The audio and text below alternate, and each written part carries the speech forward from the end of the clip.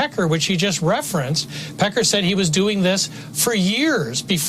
Well, that was Jonathan Turley with a sum of what happened during the, allegedly, the promised bombshell testimony of Michael Cohen, the fixer. Welcome into Wake Up Mid-Missouri. I'm Randy Tobler, along with producer Hannah, Stephanie Bell, John Marsh. We're all here to try to make any sense of the nonsense up there. I don't understand it. Well, and can we all agree that although like an NDA is not illegal by any means, it does kind of look a little sketchy? No? Just me? I mean, people do sketchy stuff all the time, but it shouldn't be on trial. It looks a little cover-up-ish, but that's what people do, to hide their skeletons and put them in the closet. I mean, didn't we talk about how there are a lot of celebrities now who make you sign like an NDA upfront?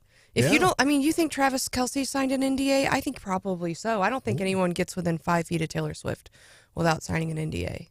Maybe. I mean, if I had that level of notoriety. Yeah. Well, maybe dead poets. Wow. Look at Randy with the T-Swizzle reference. I thought that was good. I'm proud of you. I mean, yesterday we didn't learn anything new. No. Nothing. We keep saying this every day, but yet we keep talking about it because you keep, you have this metaphorical, head scratching. It's like there's nothing there to use an old phrase. But yet you're drawn to it by the fact that I think shows just how politicized Alvin Bragg and Letitia James and let's climb the ladder up to the DOJ nationally is. There's no other way to look at it. The only thing that I that I was really confused about. So they mentioned Weisselberg a lot, and we're not sure if he's going to testify or not, I guess. But about when the payment actually occurred. So the timing was a little bit weird, and then the payment. And I guess Weisselberg was like, I don't have that money up front. Like, Cohen, you're rich. You give me the money. But then Cohen apparently took out a home equity loan to pay the funds. And didn't tell his wife. Because he said he wanted to hide it from his wife, but most people are both on their mortgage. So if you go, if Chris tries to take a home equity loan, I'm going to have to sign for that. So I mean, Cohen's already a liar, so the fact that he'd be lying about this, fine.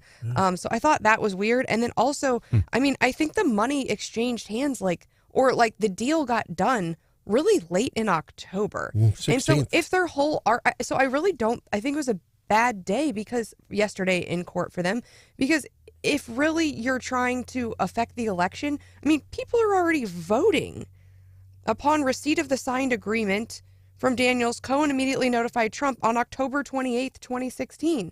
I mean, that was days, in Missouri, we would already be voting. If your whole point, I mean, they have to show that somehow we were trying to affect, Trump was trying to affect the election and not just worried about his wife. I mean, the timeline seems off for that story. You're right. And all we'd heard about at that point was the Access Hollywood, right? I mean, this was nowhere on anyone's radar that I don't remember hearing about it until all of this came up.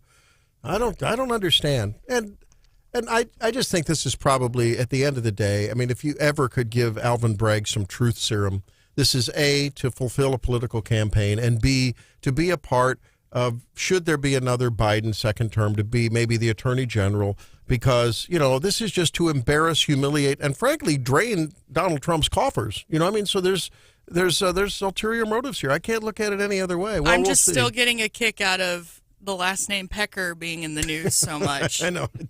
I can't get over it. And sorry. He had apparently he had made it clear to Michael Cohen and through him Donald Trump that he was looking out for. He was like the force field, the shield, the force field, like Scotty on the Starship Enterprise. Captain, she's getting weak. I am against all the bad claims. Well, and I think a lot of what we heard was just how close Cohen was to Trump, and how they talked frequently and he had access to Trump. And so it also makes me really impressed, because we've talked to so many people who were like Trump's right-hand guy or right-hand gal or whatever. And I'm like, this is a lot of people to manage and to interact with on an everyday basis. So just as someone who interacts with a lot of people, I'm like, the fact that all of these people really respect him, really like him, and that he apparently made them all feel like insiders, and they were all loyal to him for, at least initially, it's impressive, really, when you get this kind of peek inside his personal life and inside the Trump organization. Yeah. Well, I think he needed a lot of people in his orbit to help him when he doesn't touch computers, apparently. I mean, he needs a lot of people doing his stuff. Which obviously, I mean, which is like the biggest flex, right? If I didn't have to send any emails, my day would be so much Wouldn't that better. be nice? And, I think when you're young, too, I've also learned this about dress, right? And yesterday I was bopping around downtown in a little bit of more casual dress than I typically am, but I just had a kind of a crazy day. And I think when I was younger, I thought, oh, really important people wear suits and ties every day. And Randy's got his tie on. And as I've gotten older, I realized, no, it's the person who gets to wear whatever they want every day who's really the boss, right? When you have the choice to wear whatever and no one can tell you that you have to wear a tie or you have to look like this, that's really nice. Hey, well, so we'll see what Chris Arps has to say about that at 6:35. I'm sure he'll have a lot to say about that, as well as the poll, the New York Slimes poll that you touched on yesterday. We want to ask him about that because non-whites, non-traditional Republicans are coming way over, I mean, in big numbers, to the Trump team. We'll see what he says about that as well. This filibuster started yesterday afternoon. John Rizzo, the minority leader on the Democrat side, says we're protecting the people's right to petition their government. Oh, boy, John, you're such a star. You're such a populist. Maybe we ought to put you in the next production of Les Mis. What a guy. Oh, it's so good, though. Have you listened to any of it? I'm kidding you, Mr. Rizzo. I don't know you from beans, but, boy, it's so politically powerful. I have been so politically powerful. I've been listening. I've been watching the filibusters all session. And for months, I've been saying, I think reading a book is a lazy way to do a filibuster. If you have so much to say and you're so principled, then at least stand up there and tell me what you care about. And if you can't, then, take your book and go home. And the Democrats have been, sure, there's been some talk about football and some other stuff, but they've been talking about the history, the institution of the Senate, former senators, the use of the PQ, other bills they care about, and it's been real. I've really enjoyed the conversation, and this is the way you do a filibuster. So good on them. It's still going on right now. By the way, they're on the floor right now as we speak, filibustering. We should check in with them once in a while, make sure that it's still going literally on. you could pull the sound up just to hear what they're talking about. I mean, it's on the live feed right now. But here's the interesting thing that John Rizzo said to Stephanie's point. He quoted former Governor John Ashcroft. That's significant. Now, John and I were both, I don't remember, and I've got a pretty good memory, folks. I don't remember the particular instance he's referring to where Ashcroft basically was saying he didn't call it initiative petition reform. That's a fairly new term, but basically he didn't want the legislature to do anything to block the will of the people. The only thing I can think of he may have been referring to, because I don't remember this, is maybe he was talking about the term limits proposal that was out there. That was pretty controversial at the time. But and then and they've also had stuff about Republicans saying bad things about ballot candy when Clean Missouri was around. So not only good on them, but good on their staff, because they showed up really well prepared with a lot of these quotes, a lot of past debate. And I mean, someone spent a lot of time here in a way that I haven't seen other people who have filibustered come prepared. But here's you're right. They have receipts and they did their homework. The issue, guys, is for the Republicans. They spent so much time infighting. They did. They basically fought the whole session. The last 3 years, you could argue, but the whole session. Here we are, the final week. They basically they've teed the ball up. They've got Tom Brady to throw it down to about the 15-yard line. And the Democrats, they've got the power. They can basically drag the session out. They set it up for them. The Democrats, if they all talk and take turns talking, they could tie the chamber up right now until the end of session. And that wouldn't have happened had the Republicans been united. They've got a supermajority in that chamber, 24-10. You'd never know it. You'd never know it. Well, and when's the last time we heard in our state politics about some big feud between Democrats and Republicans? The last several years, it's been Republicans versus other Republicans. That'll probably change next year, right? I mean, now that we'll have a lot of people terming out, the people that are running for, state office, other, state office, and there'll be a new crop of Republicans come in. Hopefully, I don't know, maybe not. Maybe the people will spank the Republicans in the election, in the general, and elect some Democrats. I don't know. And it'll be interesting next year because I did hear it threatened on the floor yesterday. I think it might have been Lauren Arthur. I'm not sure. But they said essentially this could change the way that next session goes, because a lot of people are like, just PQ these guys. It's the end of the session. Who cares? It's over. We start new next year. So and if they they- said, if you PQ us, we're going to be much less likely to cooperate with you on things like FRA, on budget, on any, because they needed the Democrats this year to get some of this stuff. And so they said, don't think that you can just PQ us and this is over. We will bring this back up next year. Well, if someone, That's so true. for those who don't know, PQ is not a chocolate dipped cone with a swirly on top. That's DQ. What is PQ? What does it mean? Why is it such an existential threat to the process? Because look, Brian's. Did you see this? Brian's eyes got big. PQ. Bum, bum, bum. What does that mean? Means Why calling- don't they just PQ? That would mean pass They the could. initiative petition. Be done with it. All go out for summer. They do it all the time in the House, but in the Senate, it's a tradition not to do it. It is called calling the previous question. Essentially, it's cutting off debate. It happens in the House all the time. Your Speaker, Mr. Speaker, we call a previous question. That and cuts then the filibuster. It cuts debate off, So basically. then you get a vote. But in the Senate, it is rarely used, maybe a handful of times. Why? Well, they just- call it the nuclear option. Yeah, Well, why? you just- Well, I mean, what's wrong with it? So you get your initiative petition across, and then next it's a clean slate. Next session where you if all have they- a big kumbaya. If you get the initiative, and you probably would, but essentially nothing else would get done. They'd shut the chamber Well, you're down. 4 days from the end of it anyway. Randy, Yeah. they need to snuggle some goats. They need to cuddle goats. It's Yeah. cuddling goats. Oh, cuddling. Cuddle. The Snuggle. big thing is Snuggle's a on the- little too weird. Cuddle the goat. But here's the point to what it is controversial, and it's just a tradition generally not to do it. Hannah asked a very good question about when's the last time we've seen Democrats versus Republicans.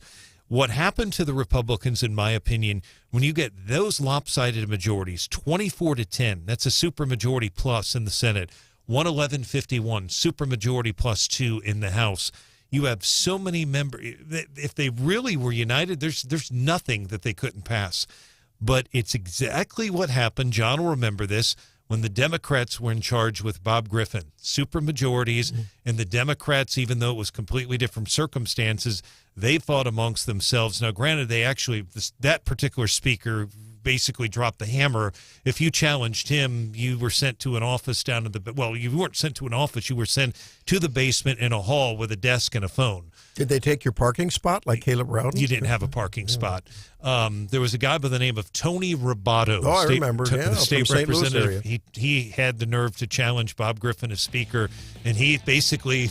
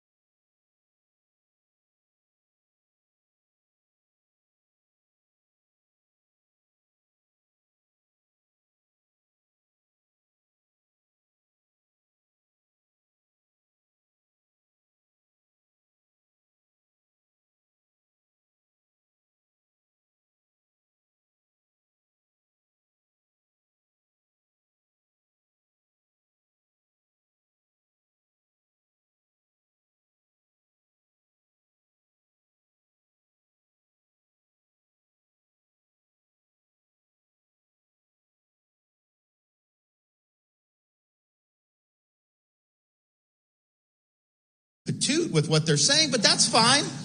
That's fine. My view is very simple, like with some of these people. Better to remain silent and be thought a fool than to open your mouth and remove all doubt. And when they're It's time for the daily DC rundown. We need to use the word patoot more often. Patoot. That's the word of the day. Where was this DeSantis during? I mean, he's so good. He can be so good. So I think he said what we've all been thinking, and you can clearly hear the frustration in his voice as folks continue to deal with these protesters. It was so good. I love a DeSantis moment.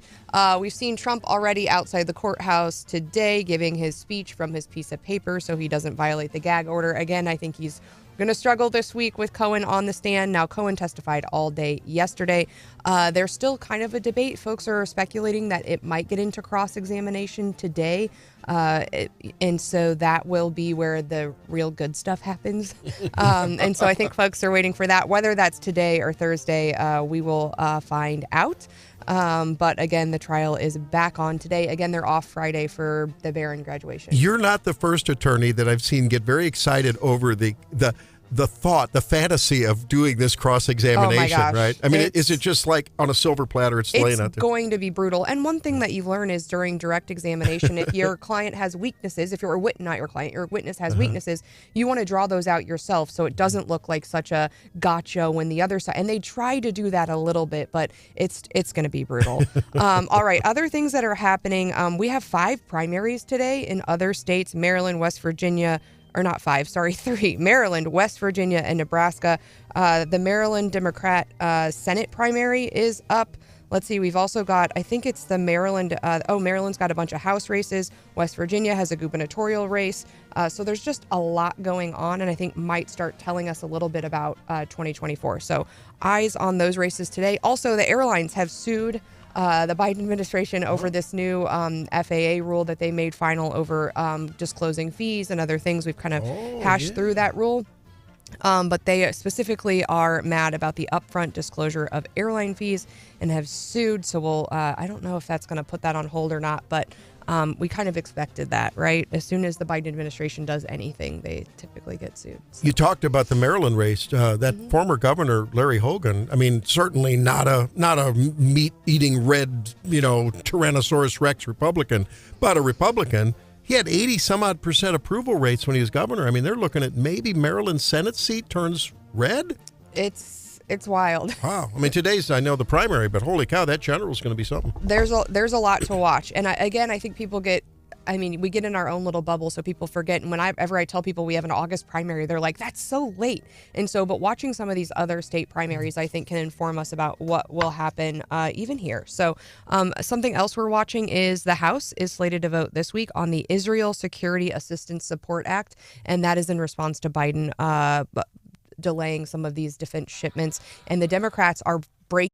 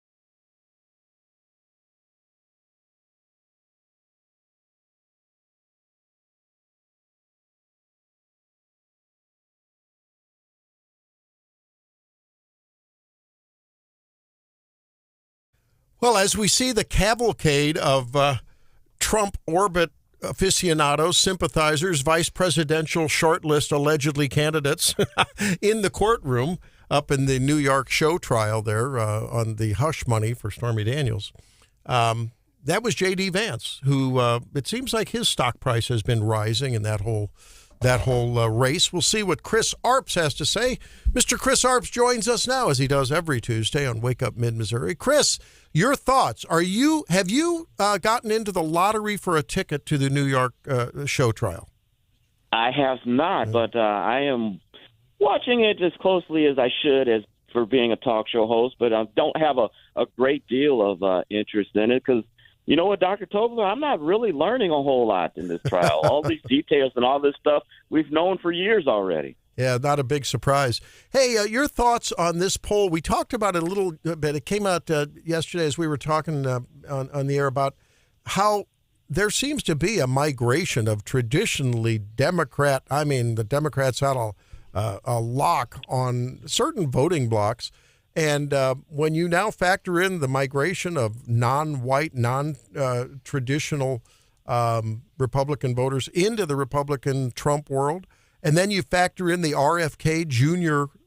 Factor, this New York Times Siena Research poll bodes very poorly for Joe Biden.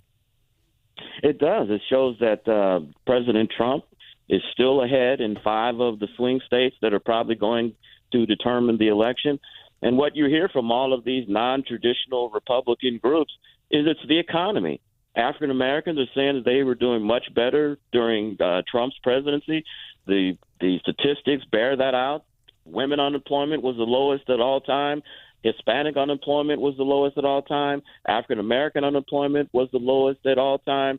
And you know, Dr. Tobler, when it comes to these presidential elections, and James Carville coined the phrase back in 1992, it's the economy, stupid. Yeah. And we're seeing that play out here.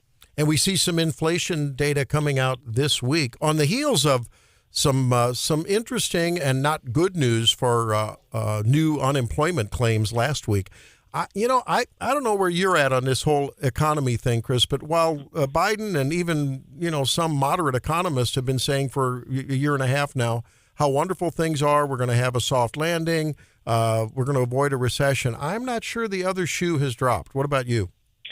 I agree with you. And Jamie Dimon, the guy that runs the largest bank in this country, can't think of it right now, even though the stock market is doing well and we've seen some good economic news on the horizon, he has been saying for months now that part of this could be an illusion, that he is still not expecting a soft landing, that there's still the possibility of a recession. And I believe that. We see gas prices are going up. Prices are still high. And even though job numbers are down to historic levels, the thing that bothers me the most is the labor participation rate is at a 50% low. I mean, we've got like 60% of eligible adults that are working. Economy can't be strong when you've got, remember Phil Gramm, the great senator from Texas, former senator from Texas, when he had his famous quip that it's getting to the point where there's more people in the wagon instead of pulling the wagon. Mm-hmm. And I think we're getting to that space. Now, we talked to you because you and your wife, well, I guess your wife was at the Springfield convention. Were you in Springfield too? I was there. I was an alternate delegate. All right. Well, I know there has been, it's quieted down because I think people are just so busy with session right now. But I know there was a call to eventually essentially call the convention back together to deal with the platform and the platform amendments. Have you heard any discussion, or do you expect that to happen? That's a good question. I know Senator Bill Eigel has put out a press release calling for another convention for Nick Myers, the chair, to call that. I've heard that from other sources as well. I've also heard that there are people that are possibly thinking of contesting the convention. I think everything is just still up in the air. All right. Well, what are you watching as far as the Missouri Senate today? Your show comes on later this afternoon. Are you placing any bets on whether they're in or out by the time your show starts? I'm not, because I didn't think that the filibuster was going to last this long. I thought Democrats were going to put up kind of a show filibuster to show that they're unhappy with this. But knew that this was probably going to happen. So when I woke up this morning and saw they were still filibustering, I was a little surprised by that. My wife, as you all know, is Director of Research for Americans for Citizens Voting, and she's been working diligently all session trying to get non-citizen voting amendment passed. So we'll be looking at that and watching that with bated breath today, hoping that IP reform can get passed. Chris, talk to us about, the same thing that so many of us see is the predicted voter turnout. You know, we get so in the weeds with all the political coverage and all, and you and Tim do on your show. Yeah. And a vast majority of people, unfortunately, don't go to the polls. For some reason, and I've heard that, I'm thinking this is, the Trump Biden rematch. We've got the trials. We've got everything that's going on. I was thinking that this is going to be a big turnout election. I heard something last week where there were some people that were predicting that this may not be a big turnout. You look at the two candidates that are running for president. They are not very popular. But you see abortion, which is on everyone's mind, especially on the Democratic side, and they're expecting that to drive out turnout. I just think any presidential election from here on out is going to be a big election. We hear every year that this is the most important election in our lifetime, and a lot of people kind of poo-poo that now and just say it's cliche. I think when it comes to this election, 2024, it is the most important election of our lifetime. Joe Biden is 82 years old. We know that he is off of his game. We can't afford 4 more years of him, and we definitely can't afford a President Kamala Harris. So this election is a very important election, and I think Republicans see that and will come out and vote in huge numbers. We're talking with Chris Arps, of course, one of the most brilliant political analysts in terms of local, state, and, yes, national politics, and host an afternoon show down the road in St. Louis. It's interesting, Chris, how soccer has become the darling of your fair city. When you look at the Cardinals and you look at the Blues, and it's like, wow, suddenly soccer. But soccer is one of the few bright spots in what was formerly a great American city. And it almost seems as though St. Louis is going the way of Detroit. And yet they have so much power. The representatives from that area and the Kansas City area have really so much influence on the state, on the Missouri legislature. It's amazing, despite the economic failings of St. Louis. Well, St. Louis has a lot of economic failings. The sports teams are not doing as well as we'd like, but even though St. Louis is the second largest city in Missouri behind Kansas City in population, St. Louis is still the economic engine of the state of Missouri, and I think that's why a lot of the focus is still on Missouri. But our downtown is dying, just like our sports teams. Speaking of soccer, I got a chance the other week to go down to the soccer park. This IT group that my wife belongs to, they had like a little event down there. So got a chance to meet the coach of the soccer team and one of the star players cool. Down there. Gave us a good talk on motivation and all of that. And I learned something. I didn't play soccer. I don't know anything about soccer. But the number 10, I think, that's the number that they always give the star player on a soccer team. I had no idea. Did you know that? No. Just like 10. the perfect 10. Remember the movie 10? I do. Everybody had a crush on Bo Derek back in the day. I was in adolescence. Who doesn't remember that? I'm in my first season of competitive little people soccer, and I spend a lot of time in St. Louis. And St. Louis is serious about soccer. I know that. Hey, speaking of St. Louis, have you seen Kim Gardner? No, I have not seen Kim Gardner. Are you kind of keeping your eye out? Are you looking around? Well, we had A.G. Bailey on the show last Friday, and I was asking him about that. Is there anything that his office can do to try to find her? And he said they're trying to look for her as well. During her final months as a circuit attorney, she was going to medical school. So I'm wondering if she's working at some hospital somewhere undercover. It would be hard to do that, I would think. If you're about to have an appendix surgery or something and Kim Gardner walks in with the doctor, you're going to be like, hey, Here's where she's at, and I don't want her working on me. Yeah, I don't nowhere near me. I think that should be the next iteration of Where's Waldo. Someone should make a video. Where's Kim? No one knows where she Keep is. delaying your procedure with her involved, right? Yeah, right. And here's the sad thing. Here's the really sad thing. There's all throughout her tenure, you had the NAACP and black leaders here just defending her to the hilt, even though she's completely incompetent. Here she has skipped out of town. No one can find her. They can't complete the investigation. And you still have these African-American leaders still defending her, saying that the way this is being characterized, it's making Kim Gardner look like a criminal. That was their NAACP's press conference last week. We're making Kim Gardner look like a criminal because she's gone AWOL. Yeah. Let me ask you this, Chris. Final question. Is there any hope that, as we're seeing on the national level, traditionally Democrat, solid, locked and loaded votes, dependable votes for Democrats are beginning to think that, boy, the people that said they were going to help me are not doing much for me. In fact, my life's getting worse. When are they going to start voting that way for the local elections, whether it's St. Louis, Chicago, New York, Boston? When are they? What is it about the voter psychology that they see great American cities crumbling, economic ruins, law and order not to be seen anywhere? When does that change their voting mentality? It's an interesting psychology. Can you figure it out?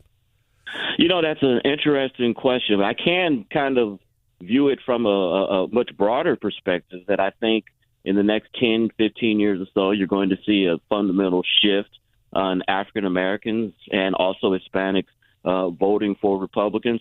I see it firsthand on the ground. The 20, 30-something, maybe 40-something, early 40-something African Americans, they're not beholden to the Democratic Party like my generation is or my parents' generation. They don't see that the Democratic Party, like a lot of the older generation, sees them as helping African Americans and have been saviors for us.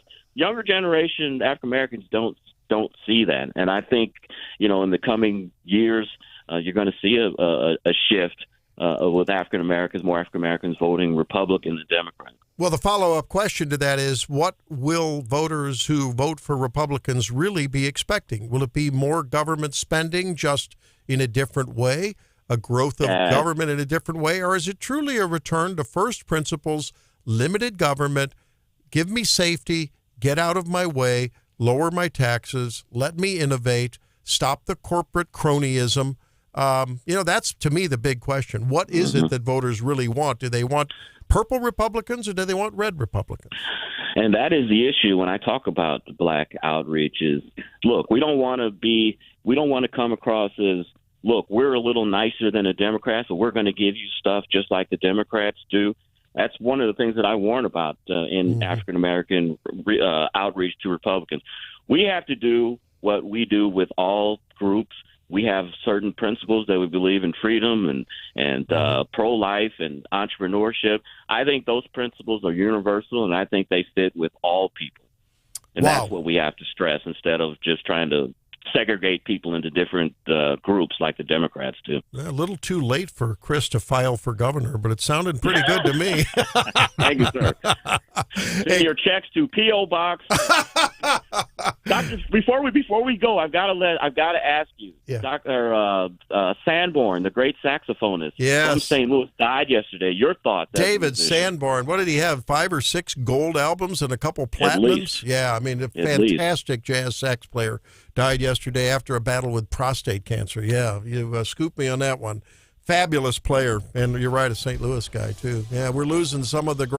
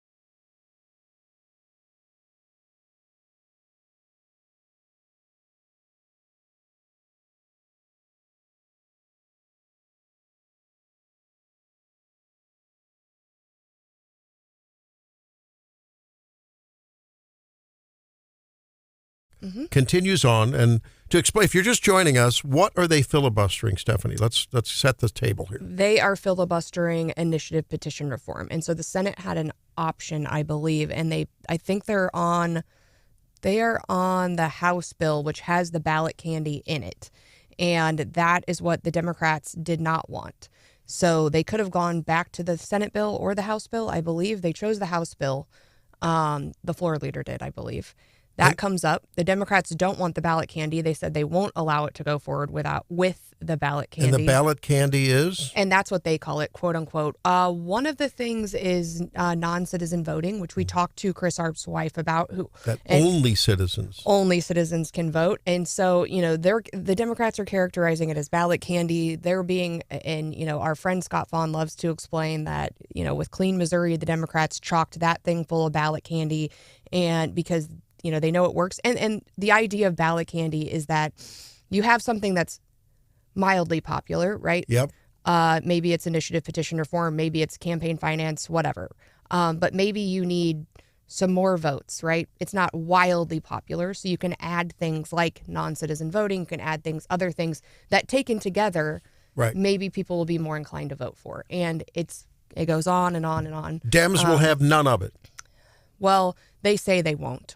I assume there is some negotiating going on in the background about whether or not they could take a little ballot candy, quote, again, ballot candy, not my words, or whether or not they're negotiating for something else, like some sort of trade, like, hey, we'll take IP reform if we get X. So I assume there are backroom talks going on. I don't know. I'm just very confused by it all. They're threatening to hold out till 6 on Friday. We're a long ways off, but I'm sure they have a list of demands.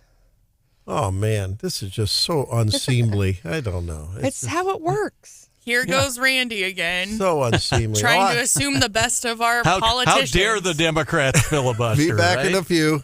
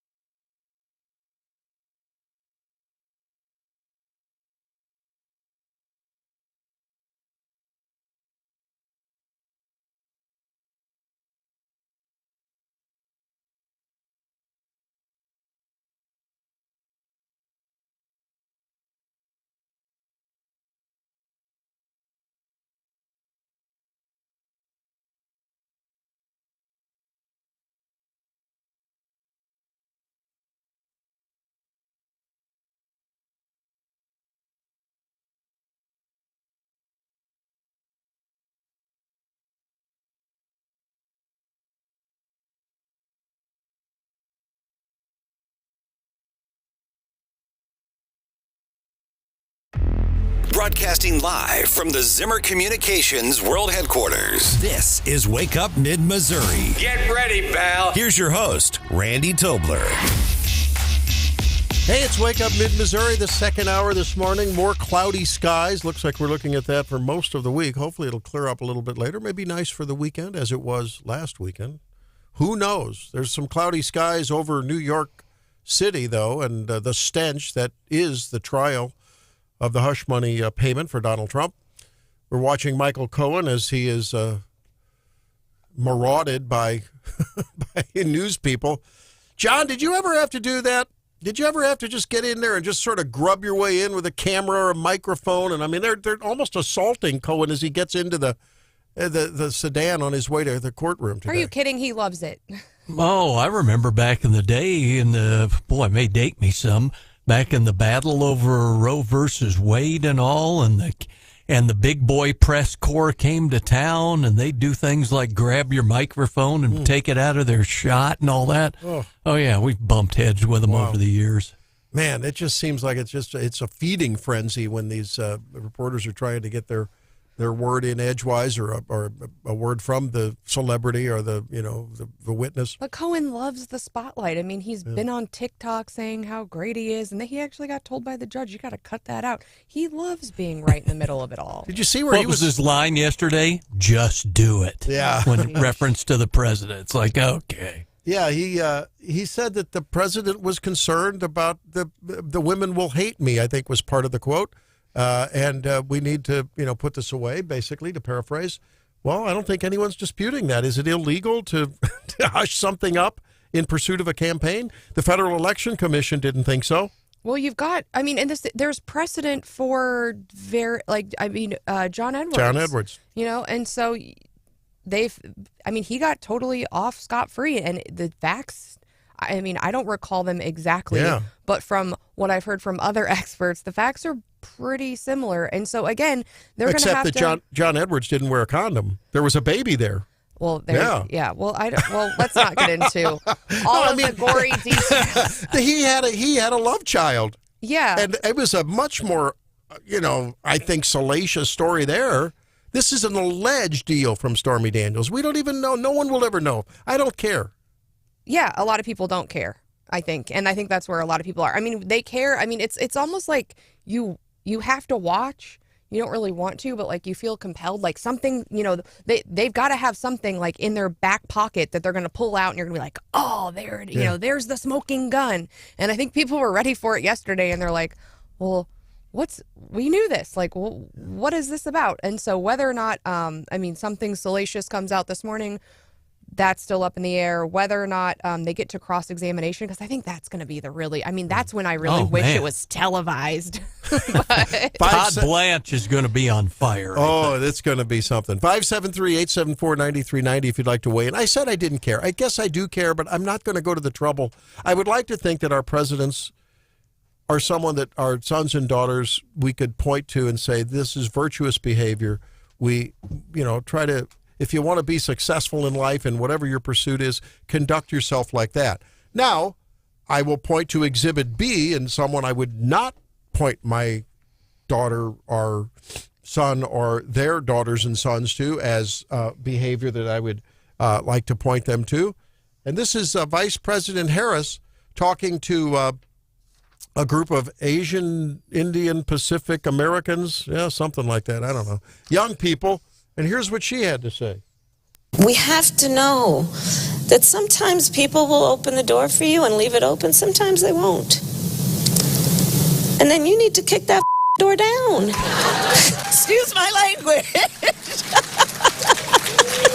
We got a double nauseating emoji dose of Kamala Harris there. Not only did she use the F-bomb in a public speech, but then we got that star in the remake of Wizard of Oz, Wicked Witch of the East laugh that she does. What is that all about? Oh, come on, Randy. I don't get that. Somebody needs to drop a house on her, right? I don't know.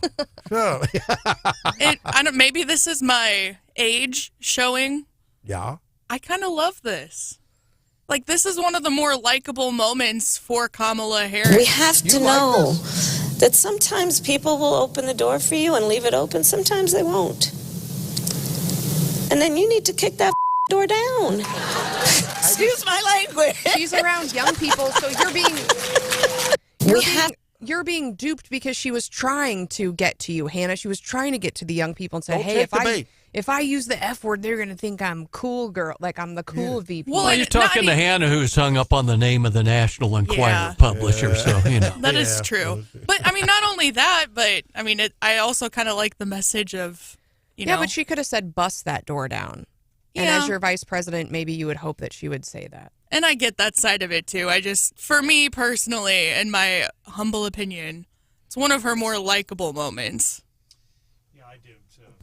I don't care for the language. No. I don't. That's not the vice president of the United States. You probably wouldn't have liked Harry Truman either, right, guys? Well, it's just there's there's a way to say it. If you're going to make that point, there's a way to say it, and I'm sure all presidents have had and vice presidents have had potty mouths, but no, there's a better way to. And by the same token, I've been very critical of Donald Trump using that language on his big rallies. He's called people SOBs, but not said SOB.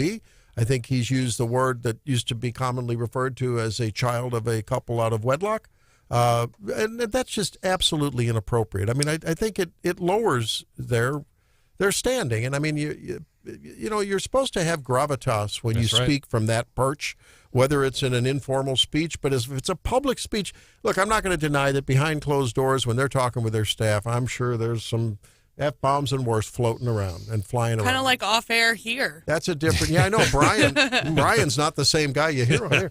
But no, I mean, I don't think you have to worry about that. No, you don't. You don't. Exactly. And I think in the heat of the moment when people are worked up and angry, I get it. But that was not an angry moment. She wasn't defending herself.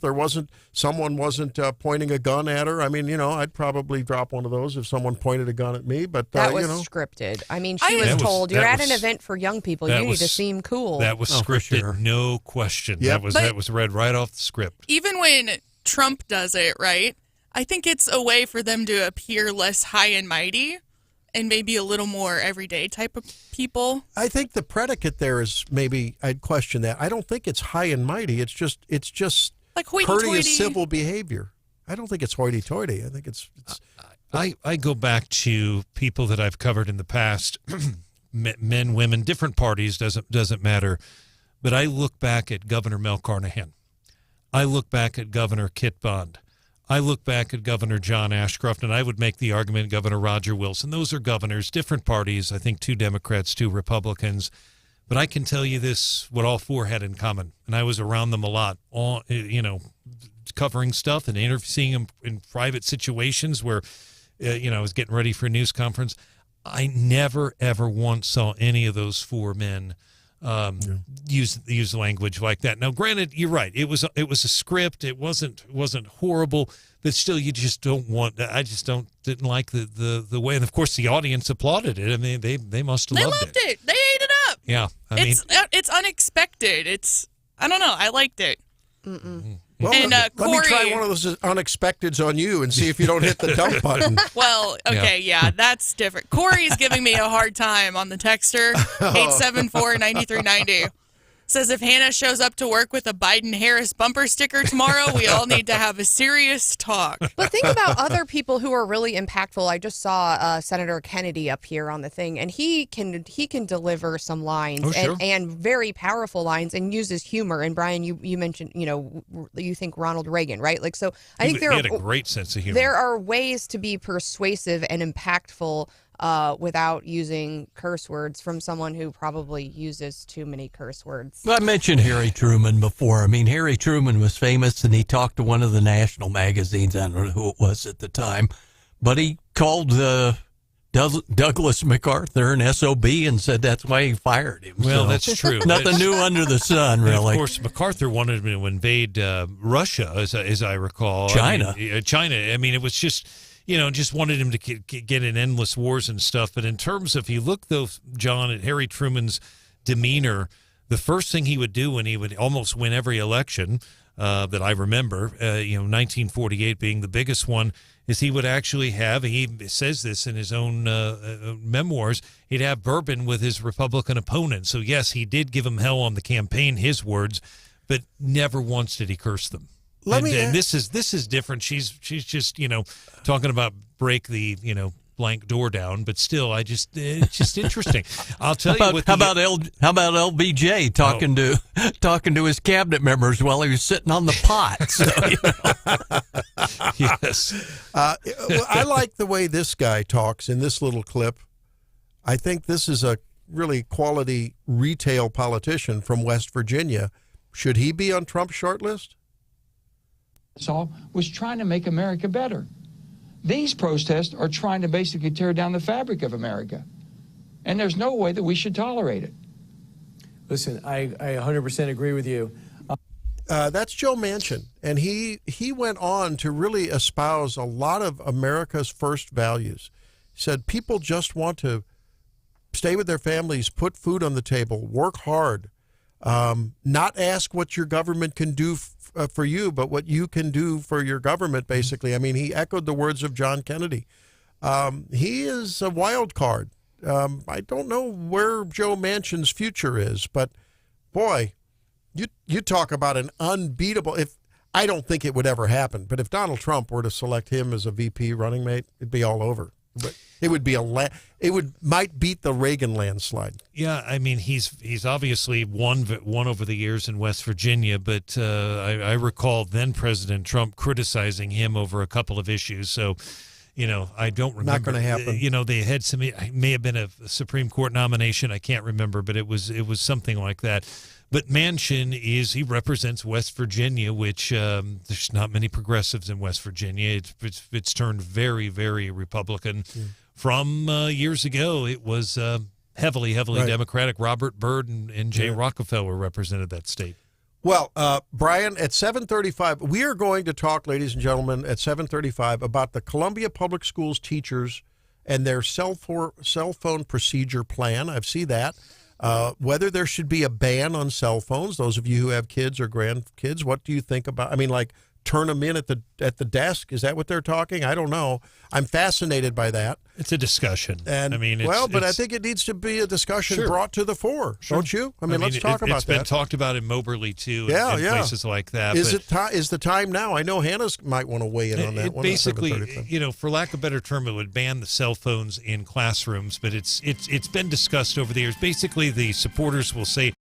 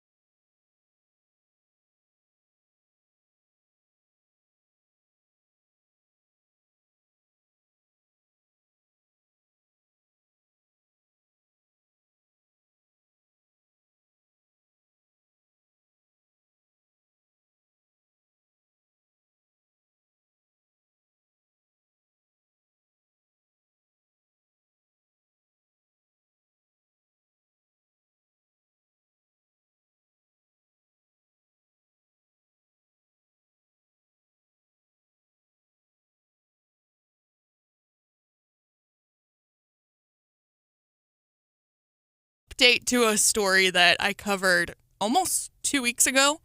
If you remember, Miss USA and Miss Teen USA Yes. both resigned from their titles within the same week. And so eyebrows went up. Lots of speculation was happening about what was going on within the Miss USA sort of enterprise. And the next update is that the runner-up for Miss Teen USA, the one that is supposed to take over the crown should the title holder step down or get removed for whatever reason, has also said, no, I don't want it. Whoa. So there's been statements coming out about the CEO of the Miss USA company being toxic. There being a little bit of like a bullying culture. And folks are saying they're done with it. There's rumors that they might be done airing the pageants on air. This Miss USA was the first one in over 70 years to step down from holding the title. So there's... I don't think we're done hearing about this, but at the same time, I don't think it's getting, like, people aren't talking about it. And I hate to use that cliche of, why aren't people talking about this? But it seems like it's kind of quietly one of the side stories. Would you agree with that, Steph? Yeah. And to me, it's kind of big. Maybe I'm just over embellishing what, it means, but... I think we've been questioning for a long time, like, are we done with beauty pageants? Oh. And of course, folks that are in beauty pageants will scream and yell until they're blue in the face that pageants aren't just about physical looks, it's about your brains. And I know a lot of beauty contestant participants, scholarships are a big thing that you can win in pageants, but I do still think there is that double standard, The look on Randy's face when I said, are we done with beauty pageants? You would have thought I took your cookie away or something. You look like a sad child. Yeah, what's wrong, Randall? Well, wait a minute. Give me the swimsuit competition. Wait a minute. As Stephanie's putting on her makeup and taking a selfie, as we're idolizing Taylor Swift and all of her new outfits and how she struts around. That was yesterday. Women regularly objectify themselves. Look at the beauty makeup market is a multi-billion-dollar market. I mean, looking good, whether you're a man or a woman, is a great thing. So what's wrong with making a name about your good looks? And oh, by the way, like Gretchen Carlson, you're a virtuoso violinist, or what's wrong with that? Watch out, Randy. You're not going to be bucking for Miss Congeniality if you keep up along these lines. No, really. But I think... And there's nothing wrong. I'm glad that women make themselves look beautiful. That's wonderful. I think someone like Taylor Swift, who, we talk about the significance behind her outfits, things like that, is not on a stage with, 21 other women competing to be the prettiest. Oh, I don't know. That's not something she signed up for. I don't know. Yeah, I mean, I'm struggling with what's going on in the organization. Obviously, there's, with that many issues, I think they've got to deal with that. But I would think, too, this recent swing back to, idolizing the frat boy, are we going to swing back to... Yeah, what's wrong with that? Let's do, because didn't Victoria's Secret, quit airing their Angels fashion show? I think so. Yeah. And then they put Martha on the cover of...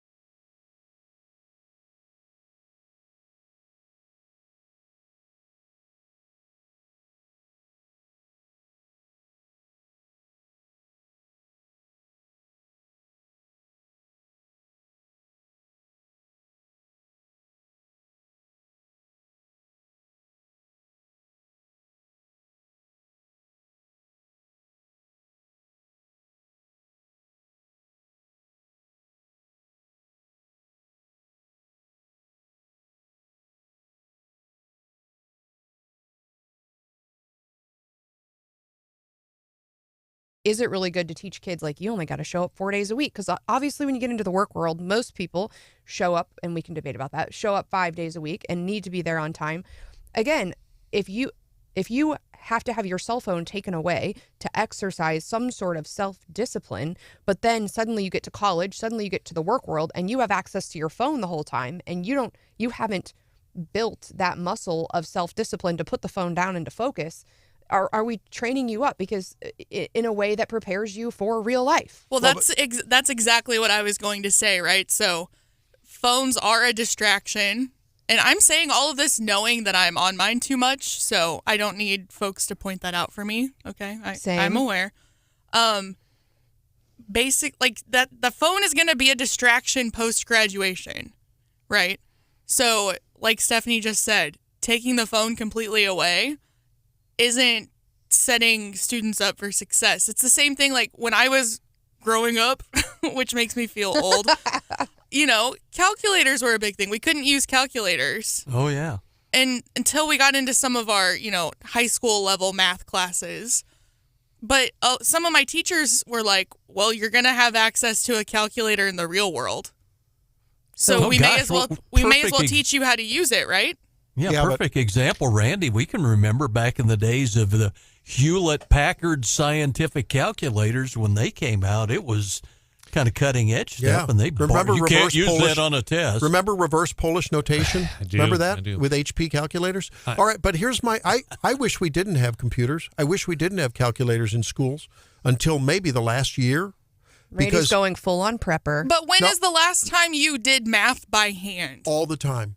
Really? What? I do math in my head all the time. You know why?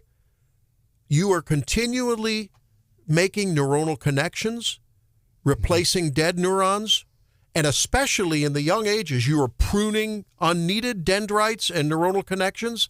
I'm telling you, we are losing the ability to critically think, to do inductive reasoning. We are turning into a zombie population because we cannot have. When's the last time you asked someone to make change for you? And I know you'll say, I was just getting ready to go there because at Silver Dollar City, on most of the time they've gone cashless, and a lot of them say it's just like COVID, blah blah blah. I think it's because their employees can't count. Honestly, I think companies have gone cashless because they can't expect their employees to count. And there was one counter that was allowing. It was okay. I'm not going to say which one, but. And I was like, what is taking so long? Why is this line? And I got up there, and man, we were struggling on counting basic change, and that's what was taking so long. I think the age of the computer and the cell phone, cognitively from the computer and the cell phone, before these kids are ready to use them as tools, they have not. The reason they're in school, the reason we're teaching them, they are young skulls literally full of disconnected mush. And how are they getting proper connections when they are overwhelmed with incoming, overwhelming data, and they haven't learned to think? There is value in mathematical calculations. There is value in doing that. Ask developmental psychologists about this. And we're going to get to ChatGPT released a new version, I think yesterday, made a big announcement, and we'll get there. And I'm afraid, because I do think you go from young brains full of mush straight into using AI and skipping the step of critical thinking and problem solving. And I'm seeing it a lot. It's like, oh, but I used AI for this. And a lot of people are using it. And I'm like, but then you missed either the step to properly prompt the AI to give you the right answer, or then look at what the AI gave you, realize it's trash, and edit it. And in the cultural and cognitive and reasoning realm, I remember struggling mightily writing a paper on Catcher in the Rye. We all know Salinger's Catcher in the Rye. A lot of complex character going on there, a lot of interesting. For some reason, I remember I just struggled with it because I knew I couldn't read the Cliff Notes and just copy the Cliff Notes and recondense, and I had to try to do something unique and original. That process has value. Never mind whether I got it right or wrong or totally was off. It's the process. It's the process of going through homework and struggling. There is value in that process. We are short-circuiting that. And the next frontier, Stephanie, I'm afraid, is AI, which is absolutely going to blow up any kind of processing. Well, in the same vein, and when I was like maybe late elementary school, early middle school, we spent a lot of time in classes learning how to do Google searches.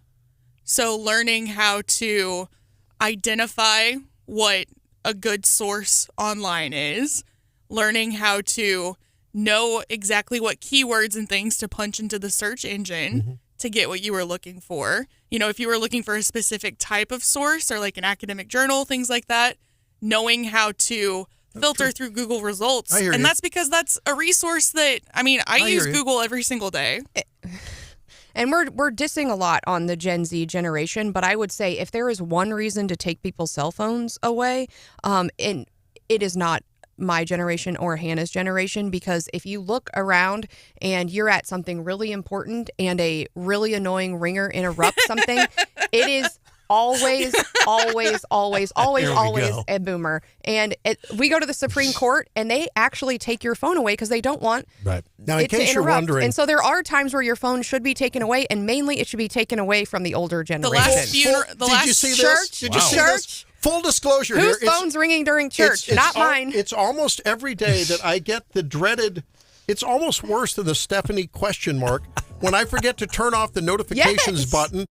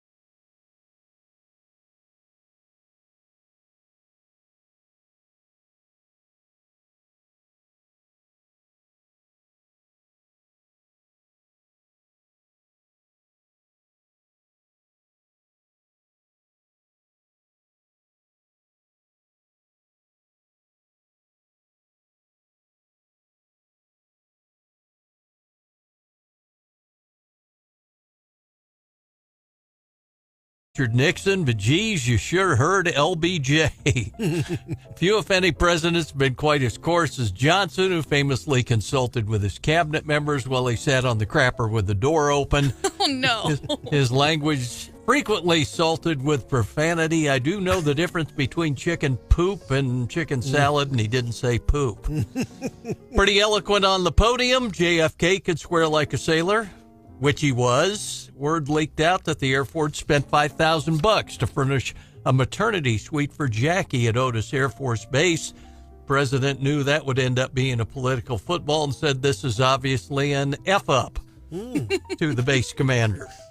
How about back in 2004 when Dick Cheney reportedly told Vermont Senator Patrick Lee to go F himself after they got into an argument about Cheney's ties to Halliburton. Probably not good to go quail hunting with him then or afterwards. And our own give 'em hell Harry Truman, beloved by some and dissed by others for his language he attributed to his youthful days working with Missouri mules and on the Santa Fe Railroad when he slept in hobo camps. In Truman's eyes, General Douglas MacArthur was a dumb SOB, and Nixon was a shifty-eyed GD liar. Harry's famous line said, "I never did give them hell. I just told them the truth, and they thought it was hell." Now you know the rest of that story. Hey, let's not forget our friend Denny Hoskins, who used a few expletive deleteds in dressing down Jay Ashcroft at a Lincoln Days. CS expletive.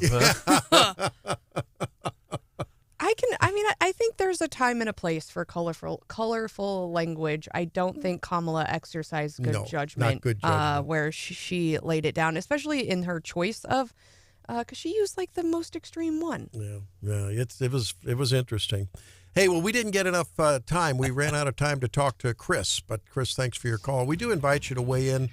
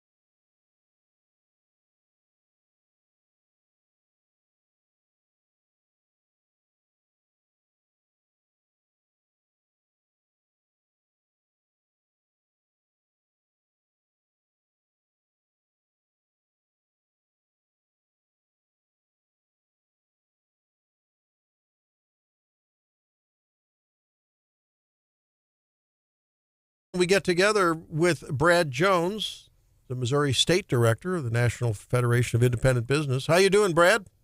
I am good. What's going on this morning? Well, I guess things are looking rosy. I'm looking at the just released Small Business Optimism Index on the national news page. It looks like time to start a small business. Right? Hiring is going to be great. Costs are down.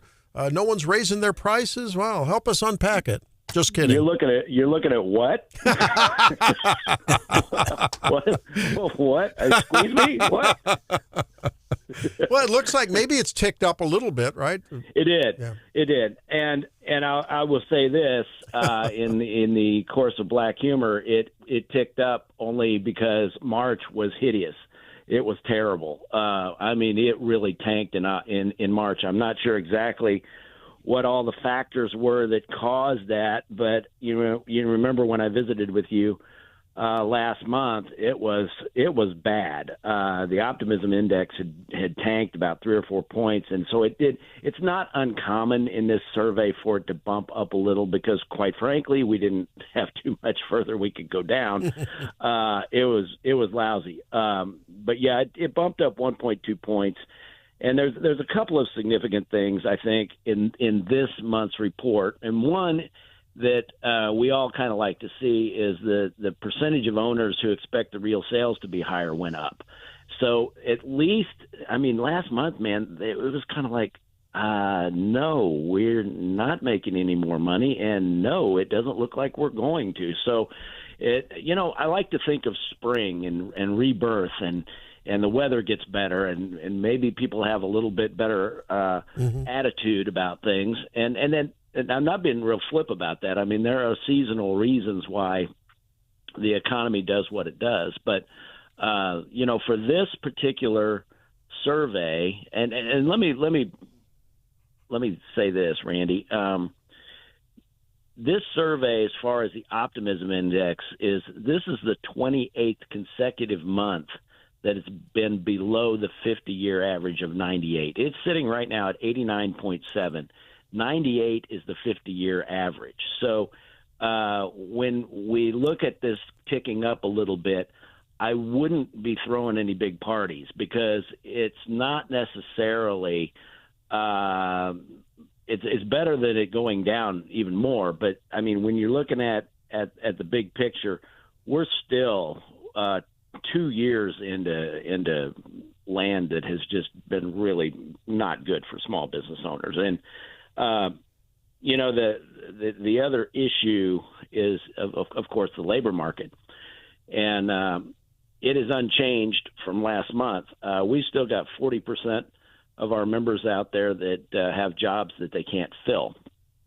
And it's worse in some areas. I mean, in transportation and construction, it's 56% and 55%. And so you look at certain areas out there that require skilled labor, and it is still very difficult getting truck drivers, hiring trucking people to move goods and services, and, of course, construction. I mean, it's you look at home prices, and a lot of that has to do with labor costs and labor availability, too. Just because you want to build a house doesn't mean it's going to go flying up in the next 2 or 3 months. So that's kind of some of the stuff that's going on. It's better than March, we can say that, but it's there's still a lot of it's really a tight market out there. Brad, since you've been on the air with us, you've talked this session about issues you were pushing at the State House, especially on the side of transparency for small businesses. Talk to us about the economic sandbox bill, where that was, and your work with Travis Fitzwater on that one on the Senate side. Well, I got to tell you what, Travis did a great job. Alex Riley over on the House side. This is one of the rare bills, folks, that both of them have passed.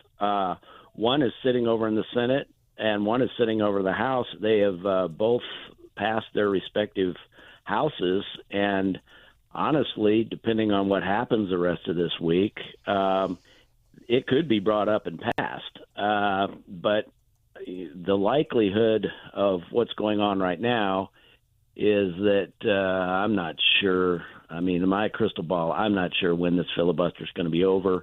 I don't know if they're going to finally call the PQ at some point, but even if they do call the PQ, it's going to probably shut down everything. So my optimism index for this week is way down there. So we'll see. But yeah, you're right, John. I mean, we've supported that bill.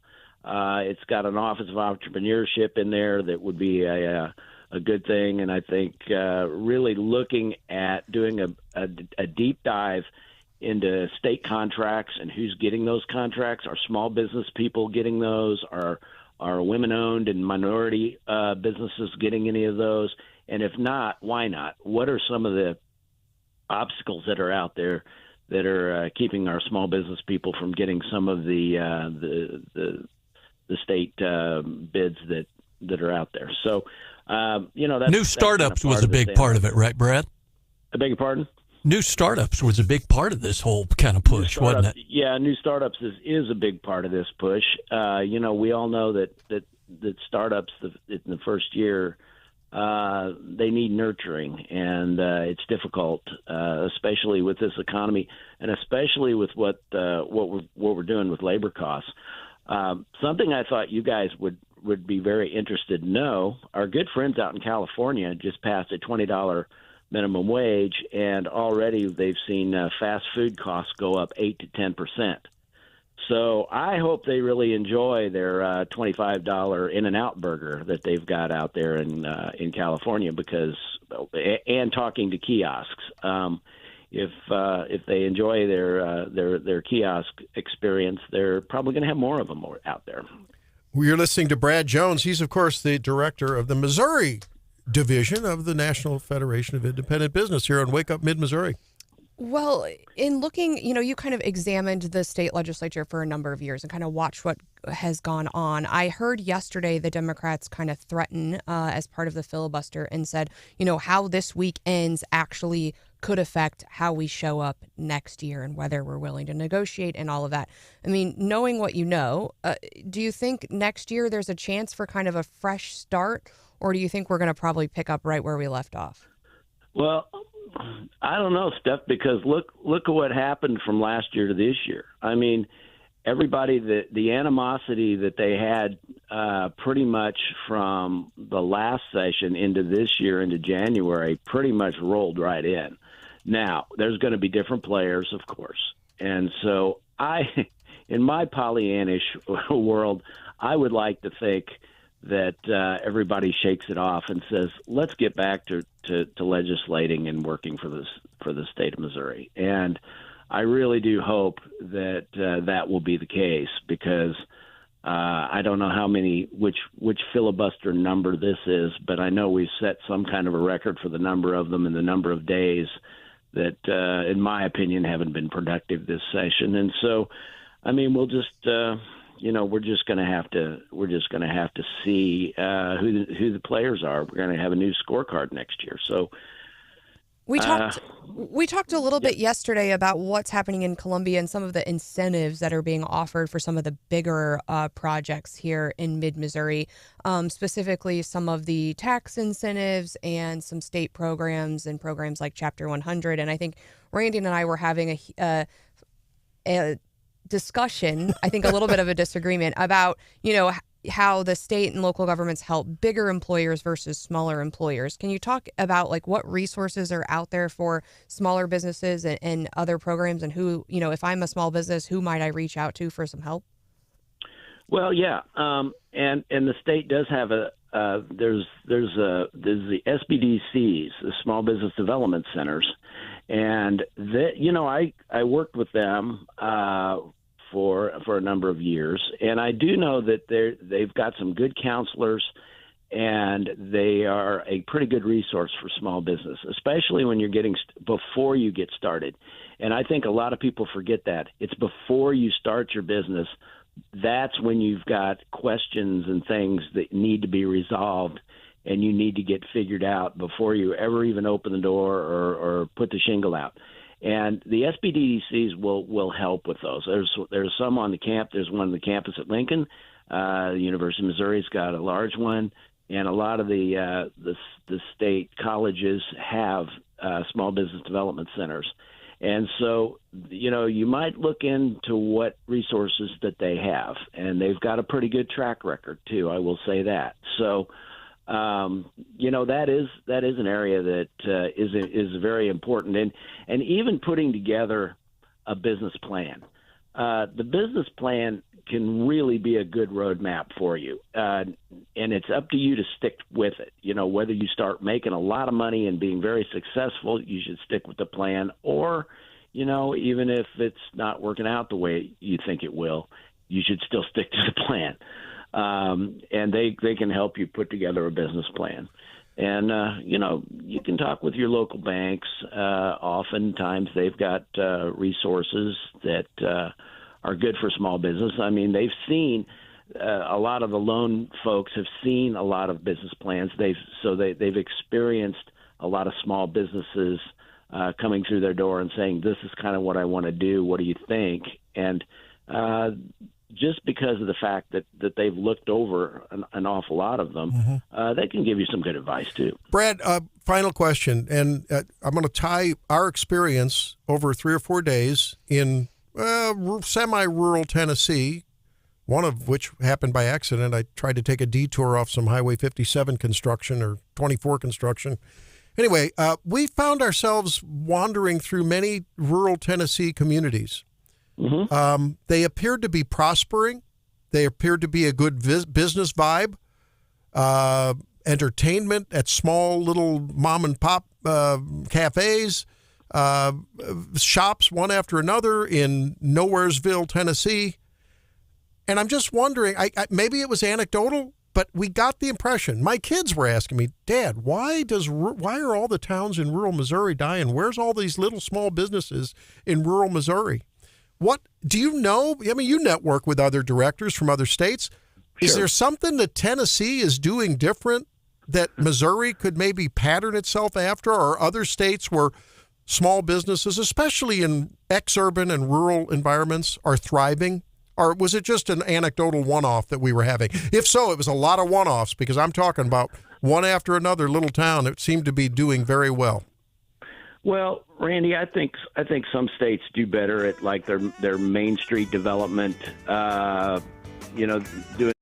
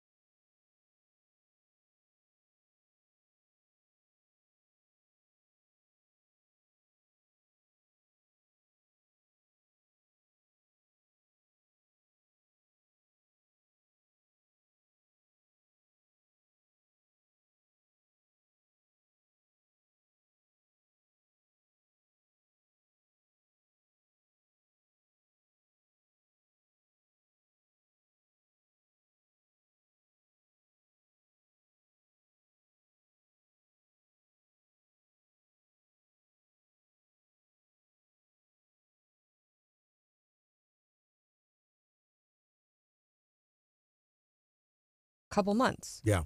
But I think, let's check the futures first this morning. We've got still mixed results. Dow, S&P up, NASDAQ down, and we had mixed results yesterday as well. I can't honestly get over the news about ChatGPT. And I know we talked a little bit about AI earlier and how it was scary, but it's also very exciting. Okay, so yesterday the S&P closed down almost even, but down 0.02%. Dow closed down 0.21%. NASDAQ up almost 0.3%. Technology was up really big. Down was industrials.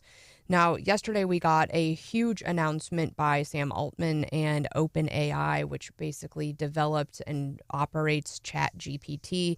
I think, when did we actually start playing with ChatGPT here on the show? Maybe we were at number 2, Hannah. It's been a long time. We were kind of early adopters. We were, which is very good for us. And Go us. initially, I think we were using it to write like breakup letters to coworkers, seeing what it knew about each other, dating profiles, resignation bios. letters from school superintendents. Yes. Oh yeah, there was that one. And I think we had it write the lyrics to some songs. I mean, it is fun, but it's becoming beyond fun in that it's really getting good at doing some serious stuff. So what we know from yesterday with this Chat GPT, they're calling it 4.0. And so the O stands for Omni, which is their latest chatbot iteration. But it's got it now. You can basically do voice, pictures, text, the whole thing. So it can talk back to you. And as soon as the announcement dropped, folks started in on how are we really going to put this into use. And so people are producing all sorts of crazy videos. They wrote a blog about it, but they are really excited about. And so I saw it doing some language translation, basically audio in real time. They asked it to explain a math problem, basically teach a kid math without giving him the answer, like help him teach him about this triangle problem. And it was walking through that. So they said it's 50% faster. And this new iteration, where a lot of times when the new features come out, you have to pay for them.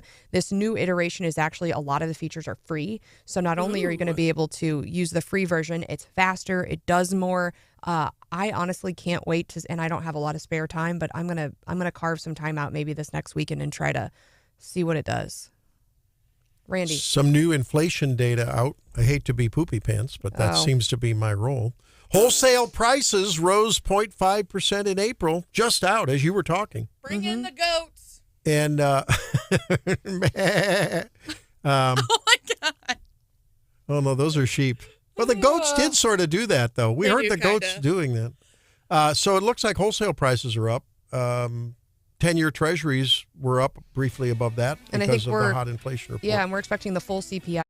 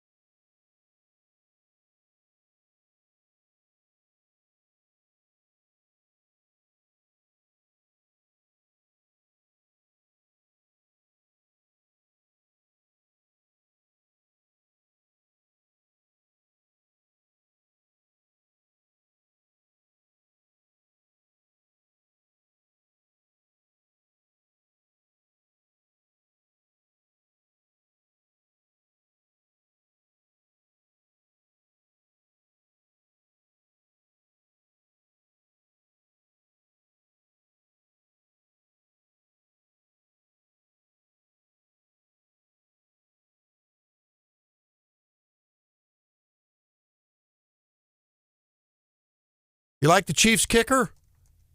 Harrison Butker? Sure. The butt kicker. The butt kicker.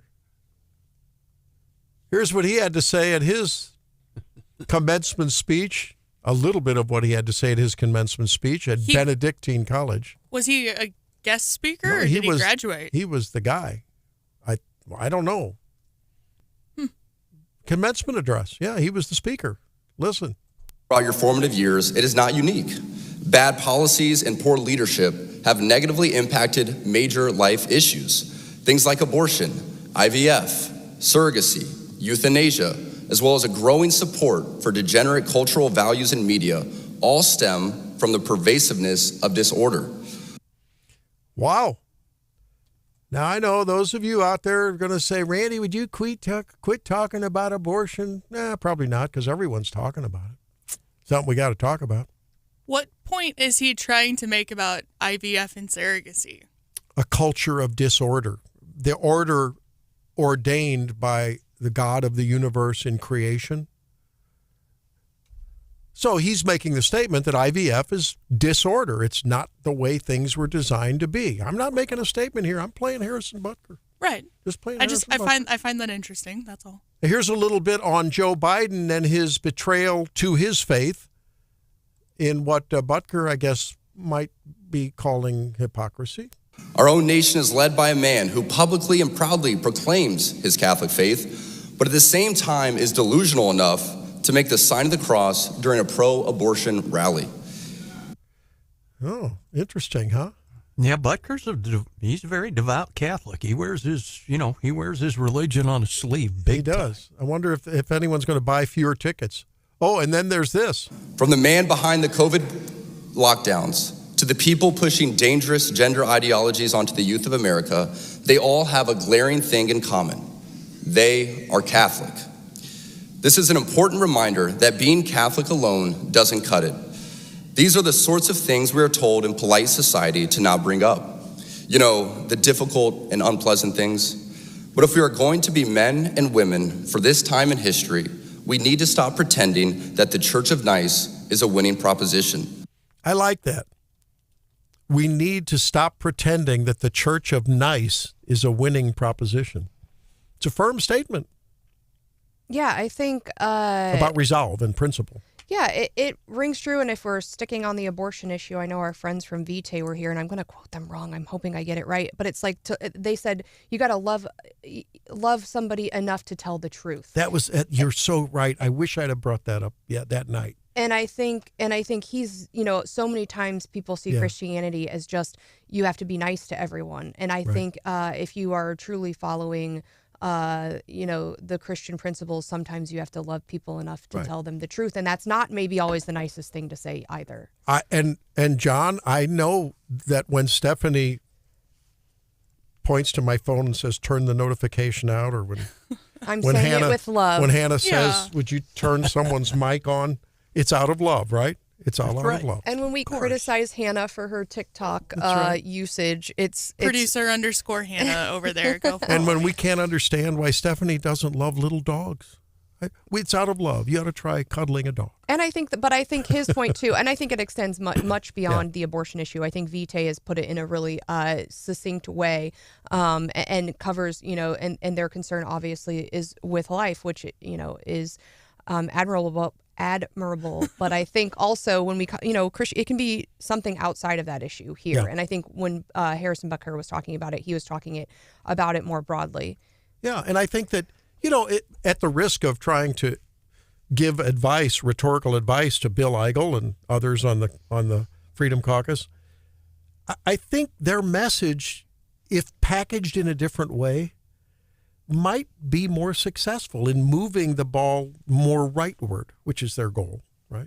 I don't know what their goal is. Well, I think their goal, it aligns with a lot of our goals, right? We'd like to see more robust education choice. We'd like to see lower taxes. Wouldn't we like to see lower taxes? But that's the goals of all the Republican caucus. But they didn't achieve that.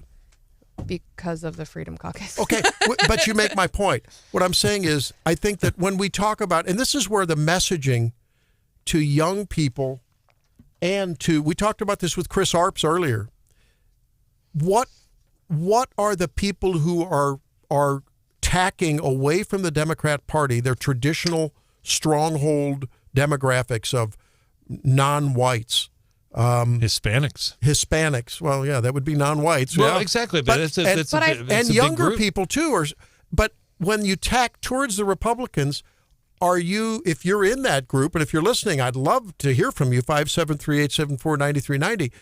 Are you wanting them are you wanting government to do more for you just in a better way than the Democrats? You want more loan forgiveness? Or should the proper Republican message be, you know what? Government has made you dependent, and we want you to be independent, because independence, self-realization, true freedom it's slipping from your grasp.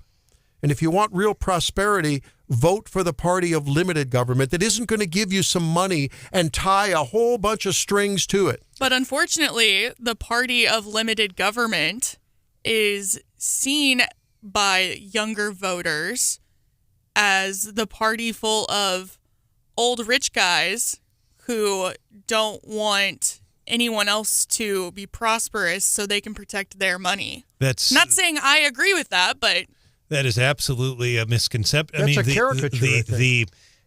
Hannah's right. You're right. I hear that perception the young is people accurate. believe that, but I've been hearing that, folks, since 1976. Republicans are the party of the rich. My grandmother used to say it. They're the rich, the powerful, the wealthy. But if you go out to the poorest counties in this state, go down to the boot heel. 8 of the 10 poorest counties in this state are in the boot heel. They all vote Republican. You go up to your territory, Northeast Missouri, poverty. Northwest Missouri, my old stomping grounds in Carrollton, poverty. They vote Republican. Now, will that change? I don't know. But Hannah brings up a very good point that is I think it's been driven into their head so much, these young people, that it is the party of the rich, that a lot of people do believe that. To Stephanie's point about the tax cuts, the Republican-controlled legislature has passed 3 tax cuts in the last couple of years, and they have. But this year, it just seems like it is imploding. And by the way, that filibuster, as we speak right now, is continuing.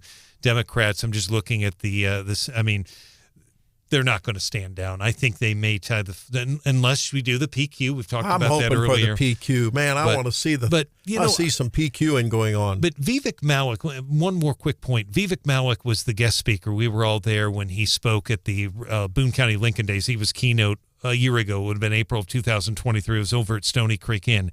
And he said that the Republican Party needs to do a better job of outreach to minorities. And he mentioned Hispanics. He's from India. He's an immigrant. Highly successful now. He came with $100, I think, in his pocket, maybe $300. But, I mean, it was just but Hannah brings up such a good point that a lot of the young people do believe that, the Republican Party is the rich. Again, if you look at the voting demographics, the numbers don't match up. And quite frankly, the Democrats are making ingrounds in some of these wealthier suburbs like Manchester and places like that. They are. And it all goes back to what Randy was saying at the beginning of the segment. It's all messaging, right? Yeah. And I think that perception. Yeah, perception. I think that the Biden administration's whole spin with the student loan relief, even though, I mean, let's be honest, they probably knew it would never happen. And they've just been trying to entice younger voters.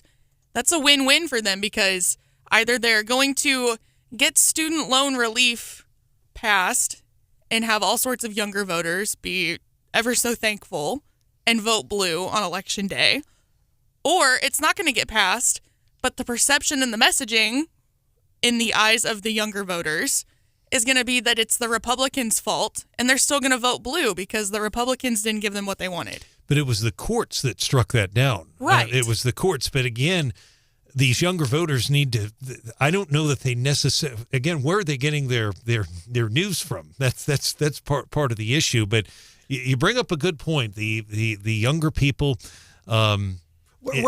Ronald Reagan, when I was in college, my God, there were Reaganites all over that campus at Mizzou. You don't see that much anymore. Hannah, where do we begin to turn this around in terms of reality and perception when it comes to basic free market limited government principles and its direct impact on workers, young or old. Is it a valid argument to sit down with a young person who says, I can't get a job, I can't afford anything, to say, well, how's it working out for the former workers at McDonald's and Burger King and Taco Bell, and I should name every other place, and other places where people might, as a younger age, get a start?